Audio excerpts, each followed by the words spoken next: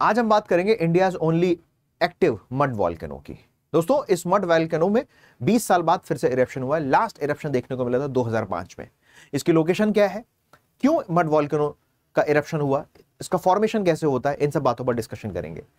आपको पता है कि इंडिया का अंडमान निकोबार आइलैंड में एकमात्र एक्टिव वॉल्केनो है बैरन आइलैंड पर। दोस्तों, बैरन आइलैंड पर सिचुएटेड वो एक्टिव वॉल्केनो, वहां से हॉट मैग्मा बाहर निकलता है, उसका टेम्परेचर बहुत ज्यादा हाई होता है। बट ये जो मड वॉल्केनो है ये तो कूलर, ठंडा है। मड वॉल्केनो की लोकेशन पहले समझते हैं। मड वॉल्केनो को डोम वॉल्केनो भी कह सकते हैं, या मड डोम भी कह सकते हैं, या इसको कई बार सेडिमेंट्री वॉल्केनो भी कहा जाता है, क्योंकि ये नॉर्मल जो वॉल्केनिक इरप्शन जो आप देखते हो उस नॉर्मल वॉल्केनिक इरप्शन से डिफरेंट है। नॉर्मल सामान्य रूप से जो वॉल्केनिक इरप्शन देखते हो, या फिर वो आप मेडिटेरेनियन सी में देख लो, या फिर इंडिया में ही बैरन आइलैंड देख लो, वहां पर मैग्मेटिक इरप्शन होता है। मैग्मेटिक इरप्शन का मतलब है अर्थ की सरफेस का जो मैग्मा चैम्बर है, अर्थ के क्रस्ट के नीचे मेंटल में जो मैग्मा चैम्बर है, उस मैग्मा चैम्बर से मैग्मा के इरप्शन होता है।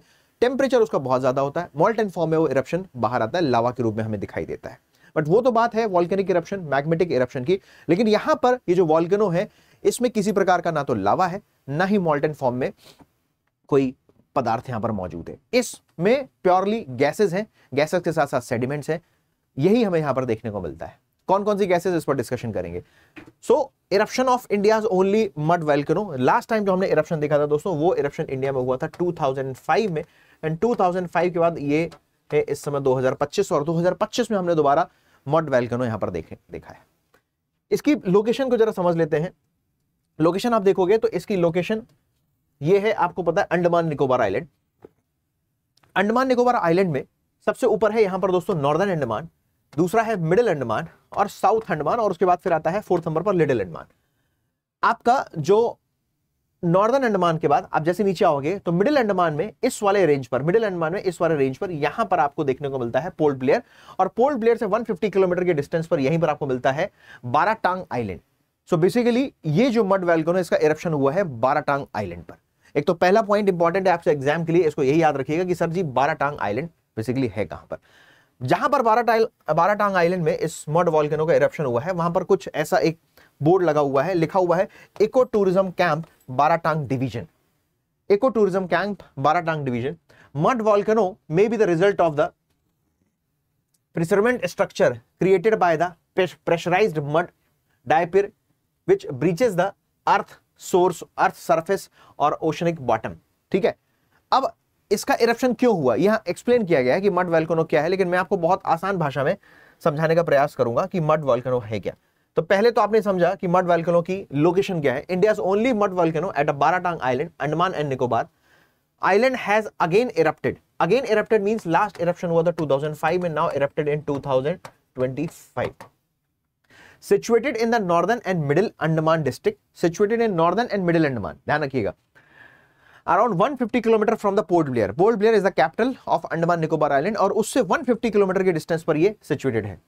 Found on the Baratang Island, which lies between the South and Middle Andaman, South और Middle Andaman के बीच में लाई करता है। It is the India's only active mud volcano. It is India's only active mud volcano. ध्यान रखिएगा, ये active volcano बैरन island वाला volcano नहीं है। वो बैरन आइलैंड वाला जो वॉल्केनो है, वॉल्केनिक इरप्शन जो वहां पर होता है, वो मैग्मेटिक इरप्शन है, वहां से मॉल्टन फॉर्म में मैग्मा और सरफेस पर लावा बाहर आता है, right, making it a unique geological attraction and a popular tourist spot भी बन जाता है अंडमान निकोबार में। यहां पर आप देखा मड के ऊपर ये बबली शेप में आपको दिखाई दे रहा है, तो यहां पर ये आपको ये बबल्स भी दिखाई दे रहे हैं। बेसिकली होता क्या है, जो इंडियन प्लेट है, मेरी बात को ध्यान से सुनिएगा, इंडियन प्लेट कंटिन्यूअसली सबडक्ट हो रही है बर्मा प्लेट के नीचे, और इंडियन प्लेट के बर्मा प्लेट के नीचे सबडक्शन होने की वजह से वहां पर वो अगेन से एक बार फिर से टेक्टोनिक एक्टिविटीज वहां पर देखने को मिल रही। इंडियन प्लेट आपको पता है, अगर मैं बता दूं कि इधर आप देखेंगे तो ये है इंडियन प्लेट और ये है बर्मा प्लेट। आपको पता है कि बर्मा प्लेट आपको ये माइनर प्लेट है और ये आपकी मेजर प्लेट है। इंडियन प्लेट हैवी है, तो हैवी प्लेट आपको पता है हमेशा नीचे क्या करती है, सबडक्ट करती है। ऑल्दो जो इंडियन प्लेट है ये कॉन्टिनेंटल प्लेट है, ये कॉन्टिनेंटल प्लेट है, महाद्वीपीय प्लेट है, और इस कॉन्टिनेंटल प्लेट का सबडक्शन हो रहा है यहां पर। ये इस कॉन्टिनेंटल प्लेट का यहां पर सबडक्शन हो रहा है किसके नीचे, ये है आपकी बर्मा प्लेट। इसके सबडक्शन होने की वजह से, ध्यान रखिएगा, इसके सबडक्शन होने की वजह से यहां पर आपको लगना चाहिए कि सर जी जब भी सबडक्शन होता है तब तो वहां से मैग्मा चैम्बर से मैग्मा बाहर निकलता है, लेकिन क्यों इंडियन प्लेट यहां बर्मी प्लेट से जब सबडक्ट हो रही है तो क्यों सर यहां पर मोल्टन फॉर्म में मैग्मा बाहर क्यों नहीं आ रहा है? ये भी एक क्वेश्चन अराइज होता है। मोल्टन फॉर्म में मैग्मा बाहर इसलिए नहीं आ रहा है क्योंकि इंडियन प्लेट है कॉन्टिनेंटल प्लेट, और आपको पता है कॉन्टिनेंटल प्लेट की जो डेंसिटी होती है ना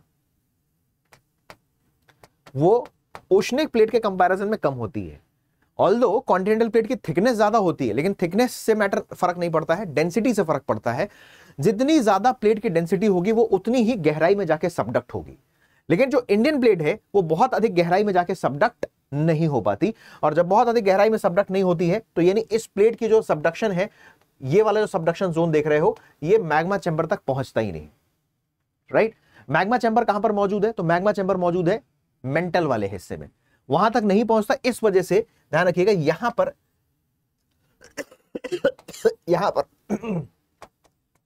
क्रिएट होता है प्रेशर ऑफ गैसेस, ठीक। टेम्परेचर डिफरेंस यहां पर भी आता है, आपको पता है हमेशा हाई टेम्परेचर से लो टेम्परेचर की ओर ऊपर हमेशा प्रेशर क्रिएट होगा, और ये जो गैसेस हैं, प्रेशर ऑफ गैसेस अर्थ के क्रस्ट पर प्रेशर क्रिएट करती हैं। जो गैसेस हैं अर्थ के क्रस्ट पर प्रेशर क्रिएट करती हैं। कौन सी गैसेस यहां पर मौजूद है? तो एक तो मीथेन गैस है, दूसरा कार्बन डाइऑक्साइड गैस। मीथेन और कार्बन डाइऑक्साइड दो ऐसी प्राइमरीली गैसेस हैं। कुछ लोग कहते हैं नाइट्रोजन और सल्फर डाइऑक्साइड गैसेस भी हैं, लेकिन मेन जो सोर्स प्राप्त हुआ है वो carbon dioxide gas, methane gas, carbon dioxide gas, और इसके अलावा कुछ कुछ सेडिमेंट्स भी इसके अलावा कुछ कुछ स्लरी सेडिमेंट्स होते हैं, और वो स्लरी सेडिमेंट्स यहां से निकलकर बाहर आते हैं, और जब वो यहां से निकलकर बाहर आते हैं तो इस प्रकार से बबलिंग शेप में यहां पर अर्थ के क्रस्ट को तोड़ के बाहर आते हैं, और बबलिंग शेप में यहां पर आपको इरप्शन होते हुए दिखाई देता है।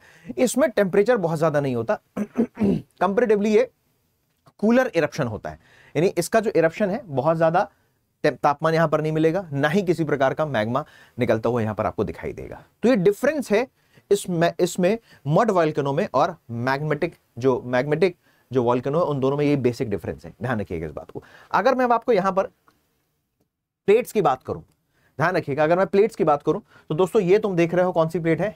ये इंडियन प्लेट है। ये जो हिस्सा देख रहे हो आप, ये इंडियन प्लेट है। आपको पता है इंडियन प्लेट जो है नॉर्थ ईस्ट डायरेक्शन में मूव कर रही है। नॉर्थ ईस्ट डायरेक्शन में मूव करने के दौरान ध्यान रखिएगा ये है दोस्तों यहां पर बर्मन प्लेट।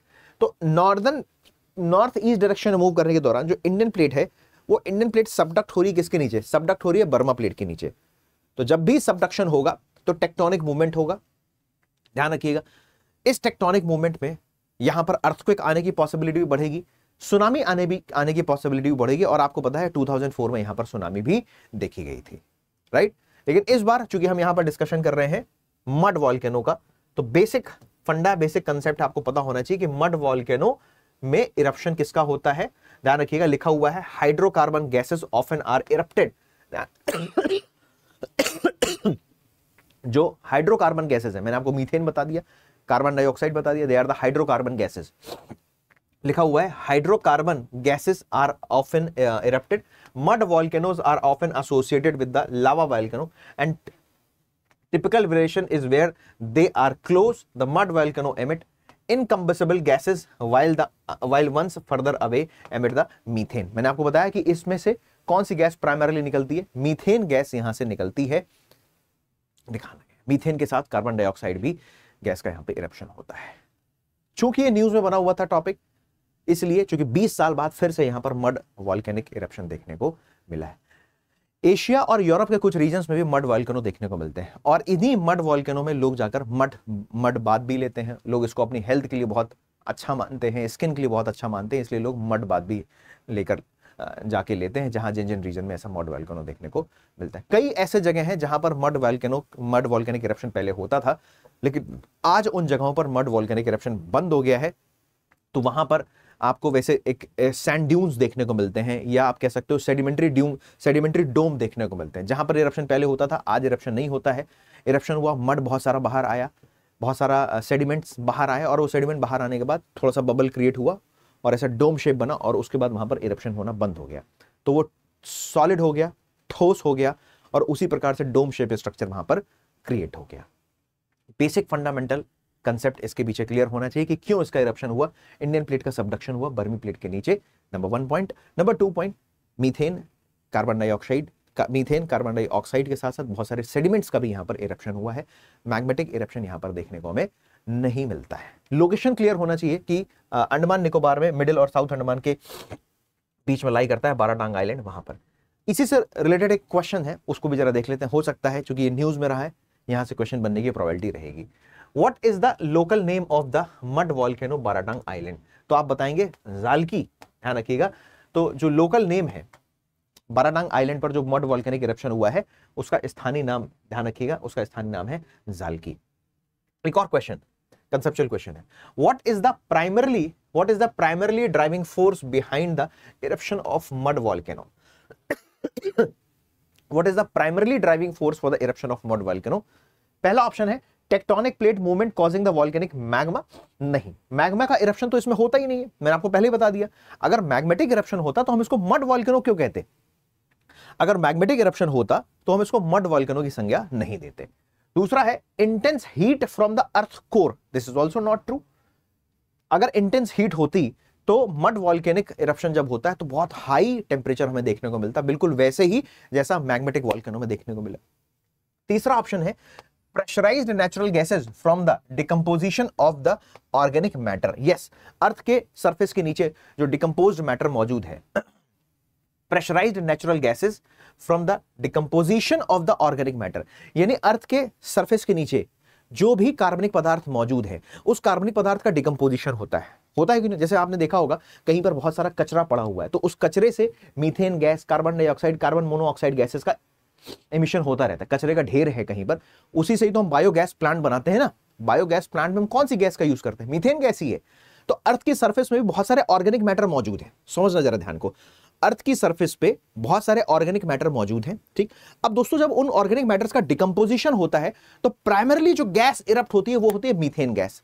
अब जो मीथेन गैस है वो मीथेन गैस प्रेशर बनाती है, और प्रेशर बनाते हुए अर्थ की सरफेस पर जो मौजूद जो सेडिमेंट्स है उनको धकेल दिया, उनको धक्का दे दी।